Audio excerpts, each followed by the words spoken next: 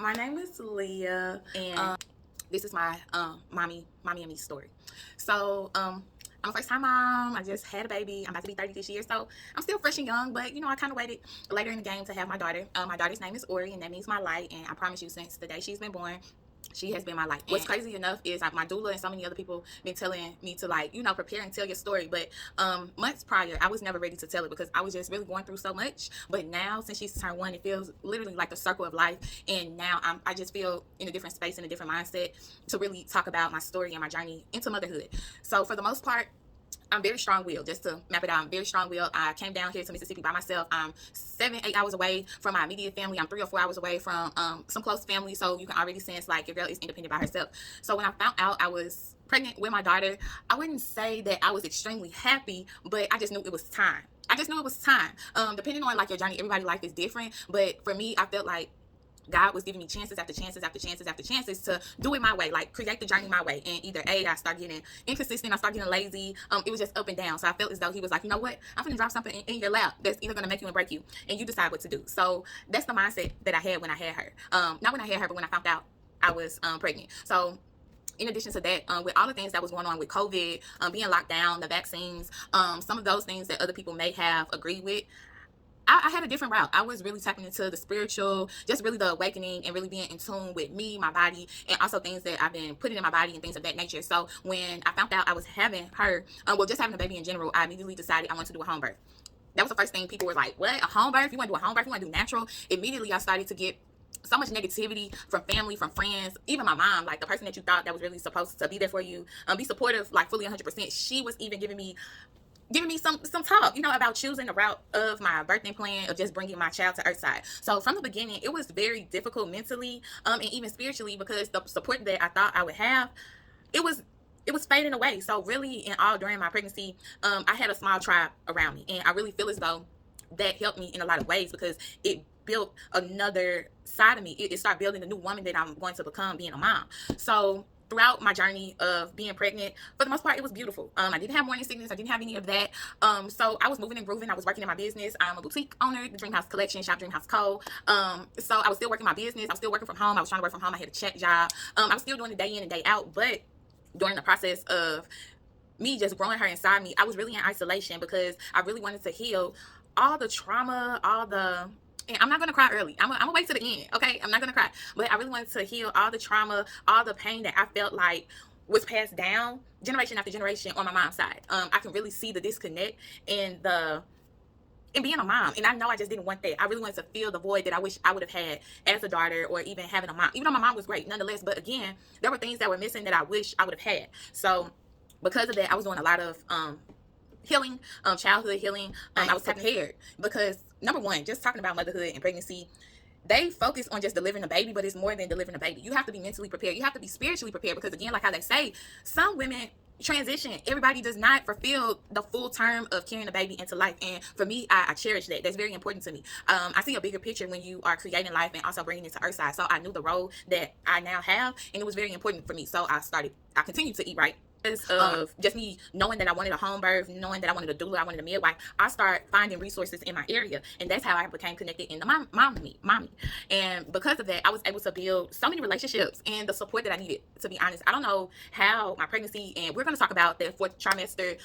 They call it postpartum, but me, I always create little terms and phrases for myself. But I just call it the transition phase of birthing your child and getting into the swings of becoming a mom. Because for me, it was hard, and for me to even say it's hard, that's really a lot, because I pushed myself. I have accomplished so much, and I thought it was going to be a smooth transition for me, because I did everything as far as going to school, degrees, starting businesses, just being it in life. I thought this transition to motherhood would be easy, but God was like, oh no ma'am. So all in all, just speeding things up, I had a great pregnancy. I became connected with my doula through the resources in Jackson. I became connected to the midwife. I paid out of pocket for a midwife. I was driving to 3 hours to Tupelo to see my midwife. And my daughter's dad, he was a truck driver. So many nights, many weeks, I was alone. So even though sometimes I felt isolated and just by myself, it was very liberating, because I had a chance to really sit within myself. I started doing the healing. I started writing different prompts, just really healing things that I knew I needed to let go, so I can become the best version of myself and be the best mom for my daughter. So during everything, I was healing. I was doing my inner work. I was trying to prepare. But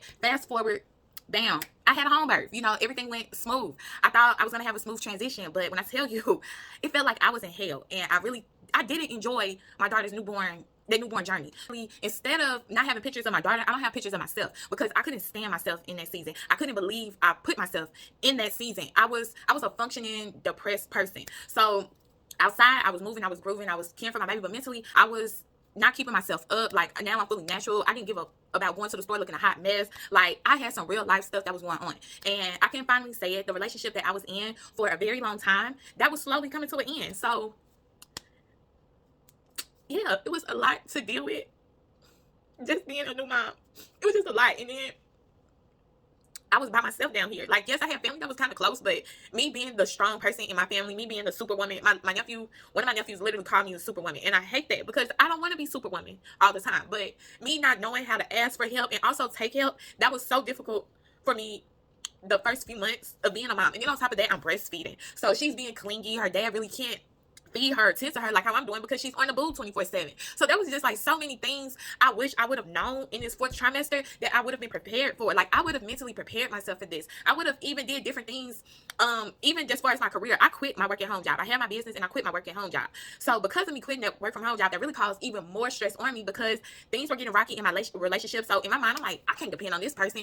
I don't even have a job no more. I'm not even working on my business anymore. How am I going to bring money in to support myself, support my baby? So you can really only imagine the thoughts that's going in my head. But during all this, I'm still having to tend to a baby. So now looking back, I can really understand why women go to the edge and just want to take that next step, because mentally, if you are not spiritually and mentally encamped and prepared, it can really test you. It can test your faith. But I'm happy that I had a strong belief in God. I was already rebuilding my spirituality. It gave me that push and drive to know, like, even though it's hell right now, it's going to be a rainbow at the end. So I really want you all, you mothers, to know it's going to be a rainbow at the end. But right now, it's going to be a little funky. You know, you're going to cry some days. You're going to be like, F it all. But that rainbow is going to come. Like, it's going to be better days ahead. You're going to have to just continuously remember that. But just going back, again, I had a wonderful home birth.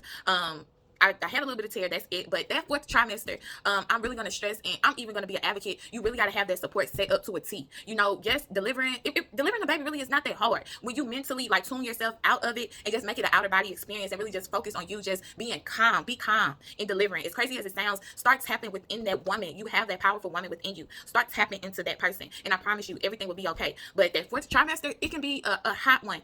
But if you really prepare and have that support that you need, it can be a beautiful experience for you. And I'm praying that if I have another baby, if God bless me with another baby, I know what I want and I know what I need in that 4th trimester. So I really feel as though it's going to be a beautiful experience to me. But just going back, mentally, I was messed up. Like, I'm just now feeling like something. Like, it literally took a year. And sometimes, depending on what you have been going through, you really have to give yourself grace, because I was so used to doing things on my way, my terms. I really thought things we're going to get back in motion quick, and it didn't. So I really wanted to tell you all, so please give y'all self grace. Take your time at this, because again, it is a learning experience as you go by day. You know, you're not going to know it all. And I'm so used to being like a scholar, like getting things right the first couple of times. With motherhood, it's not like that. So I want you all to know and remember that, to give yourself grace. It's okay to mess up. It's okay to fuck up. Okay, I'm gonna tell you that now. It's beauty in the mess ups, because you get to learn, so you can become the best person of you and also be the best mom. So I really want you all to remember that. Also, as far as your mental, I really want you to really just heal yourself. You really have to heal yourself during the process of becoming a mom, and even during the stages of being a mom, so you can be that best version for your child. All in all, because I can't talk a lot, I'm going to wrap it up. My hope for mothers is, again, prepare for the 4th quarter, that 4th trimester. And also, again, give yourself grace. I wasn't giving myself grace at the beginning, and I wish I did, because I probably would have enjoyed it more. Take things day by day. Don't look at the future. Don't look at the past. Take in today. Worry about today. That's the only thing you need to do. And lastly, know that people are there to support you. And if you don't have the support around you, find the support that you need. I found the support that I need. I love the Mommy and Me group.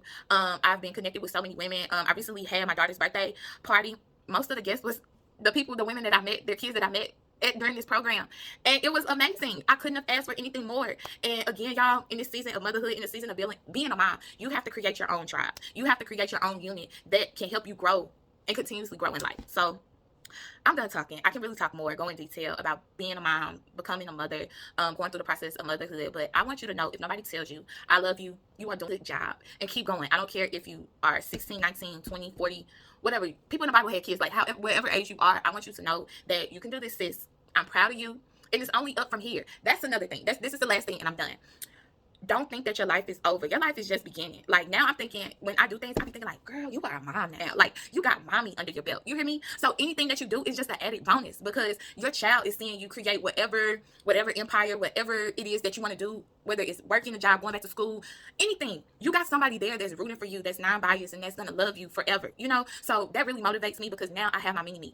Even though I want her to do anything that she wants to, I want her to sit and look at the choices and the steps that I made in my life, and I want her to say, my mama did not give up. My mama came and she lived her life, and she did what the heck she wanted to do on her terms, and she built what she wanted to build, and I'm going to do the same thing too. That's what I want my daughter to do. That's what I want my daughter to be. I don't want her to settle for less, and that goes for a job, that goes for relationships, friendships, anything. I don't want her to never settle. So again, I want y'all to know that this is not an ending of your old life. Yes, it's the ending of the old you, but you have a fresh start. You have a new book that you can write, and you can make your dreams a reality. So I hope y'all enjoyed my story. This is my first time really starting to tell my story. So again, it's okay. You got this. Take it one day at a time, and if nobody don't tell you, I love you. And yeah, that's all I gotta say.